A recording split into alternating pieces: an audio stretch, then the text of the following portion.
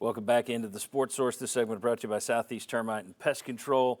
Fall is here, football's here, the fall invaders are here too. That means ladybugs, that means stink bugs, that means box elder bugs are all going to be trying to get into your home, crawling through the windowsill, crawling through the cracks under the doors, trying to get in there, and then they're going to lay their little eggs, and then come spring, you're going to have 500 million little ladybugs flying around your house, or stink bugs, which are even worse.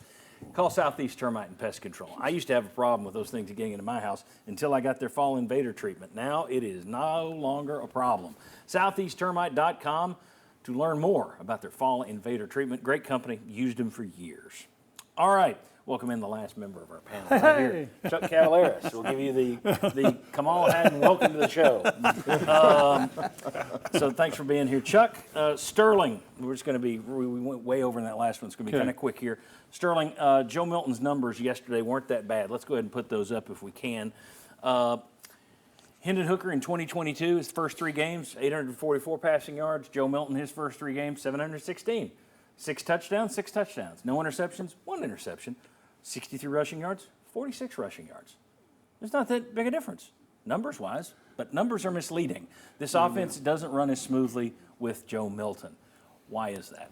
Well, I mean, you got to remember, it's his first year being the man. So you got to give him a little. Technically, it's his third year in the second school, but okay. But it's, first year being the man is being his team. So you got to give him a little break on that. But the incredible play of Hendon Hooker last year, we got spoiled. Hendon was an incredible man back in that offense last year. He was doing the deal in a big way. And I think Hendon's magical way of making plays out of nothing that we took for granted last year. And they don't show up on the numbers, but, I mean, Hendon made some miraculous runs on 3rd and 8 that may have gotten us 9 yards to keep a drive alive. Chuck? Well, here's the one thing I'd say about Joe Milton, and Mike Stoll mentioned that he's the pocket passer, right?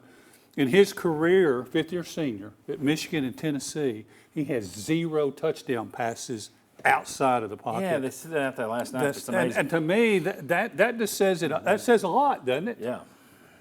I wonder about his decision making, and I think if you add the element of him being outside the pocket, that may also impact his decision making. I think he's a little jumpy at times.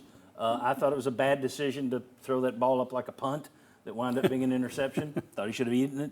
But the bigger one I go back to, you had these 2-point conversion plays, which was the exact same thing he did at the end of the Ole Miss game 2 years ago, which is you got to make a play. It doesn't hurt to just throw it up. The only thing that doesn't help you is running out of bounds. Yeah. You ran out of bounds. So I wonder about the decision-making under fire. I don't think it's really good. That's why I said earlier I don't think his skill set completely fits this offense because you've got to be a really good decision maker doing this. Also, I don't think he throws very well on the run. And I wonder, as I watch these games, if there's a lack of a trust factor from the coaching staff to Joe Milton, which is affecting their play calling. Well, I think you saw that I'm going to disagree with Sterling a little bit. Again? I mean, Hendon Hooker did make spectacular plays. I think it's Joe Milton's lack of ability to make the routine. Just drop back, throw a 7-8 yard pass, get tackled, got 2nd and 3, something like that. I think that's a bigger problem is he doesn't make routine plays. You had a 3rd down and a 4th down yesterday where the pass was Toward the just end of the short. game, his throws were uncatchable. One of them was too far back in the back corner of the end zone. The other one hit the receiver in the feet. You know, neither receiver there at the end of the game on Tennessee's last real possession had a chance to make a play. Now, here's the other thing. You're going to have people saying, well, Joe Milton sucks and all this other stuff. He doesn't. He's not. His numbers, there's not a coach in the country that wouldn't say 6 touchdowns, 1 interception, 700 yards. I'll take that. Through 3 games, sure, I'll take that. He's not terrible. You've seen terrible quarterbacks over the last few years. I mean, not to name names, but we could go a long list of guys that you would say, yeah, I would take Milton, I would take Milton, I would take Milton. He's just not Hendon Hooker. He's got the A-plus physique, and everybody expects an A-plus performance, and he's a B quarterback. Not a D, not an F. He's a B quarterback, in my opinion. But he's cursed with that A-plus. Yeah. Oh, he could throw it 150 yards. Yeah. No, he can't. I'm tired of people talking about it. Me too. But it's just, I think he's viewed one way, and he's not that, and now it's going to skew too much farther, too much in the other direction, I fear. But anyway, let me ask you this. They looked discombobulated last night. They came out, you start the third quarter with 2 timeouts, running back runs into the quarterback to force a fumble, you have a penalty. Do they miss offensive coordinator Alex Golesh? Sure looks like it, doesn't it? I mean, I didn't think that would be as big of a factor as it was, especially with Josh Heupel being the one you would be looking at. But when you look at this, there's something missing there. And it has to be, to me, Alex Golesh. I think it's Hendon Hooker. I think that's who they miss. Look, Josh Heupel's been calling plays for years, right? I've never seen any of his offenses look like that. I think he's got a quarterback that's having difficulty making decisions and running the plays that they want them to run. I don't know how does that impact, though, one of those timeouts was because Milton wasn't watching the play clock. Right. Then you had the penalty. But your thoughts? They missing Alex Golesh, or is it just missing Hendon Hooker? Or something else?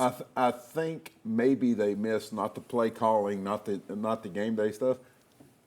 Do they miss something from him that he did in practice that made this team look better? Game planning. Yeah. This team does not look as well coached or prepared as it did last year. Well, and that's what I meant. I wasn't talking about play calls as much as I'm talking about.